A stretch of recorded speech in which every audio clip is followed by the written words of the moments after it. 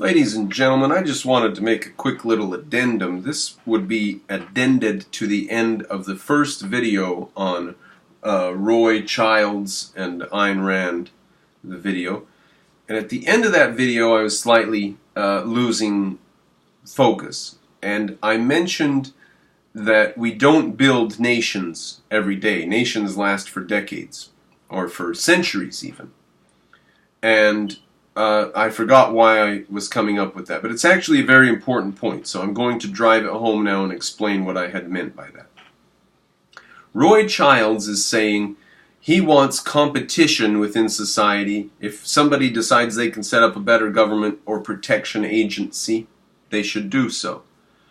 But my point with the fact that governments last quite a long time, my point there is that businesses and these, what does he call it, a protection agency. Agencies and businesses and bureaus are set up willy-nilly by people who are not under the who are not under the threat of physical force.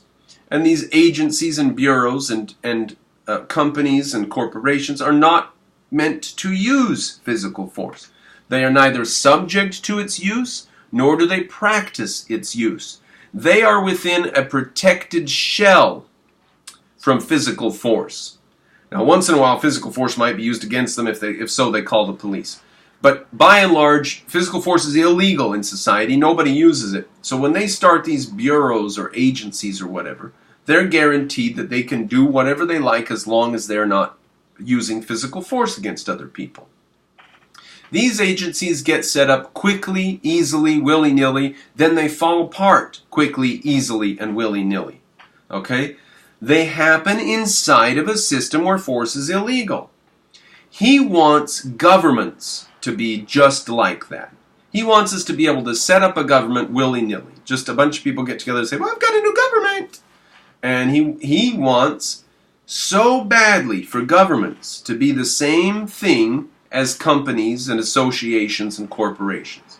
He wants them to be equivalent. But governments happen first, and then associations and corporations and all those things can be formed after you've agreed to stop using physical force on a societal level. After you've agreed to illegalize physical force, then people can get down to freely associating and making a myriad different associations, and those associations come and go and they grow and they atrophy, and that's all fine. There's no violence amongst all that. That's just business. That's just the way the economy works. And he wants that to be the way that governments work. But governments are in the business of using physical force.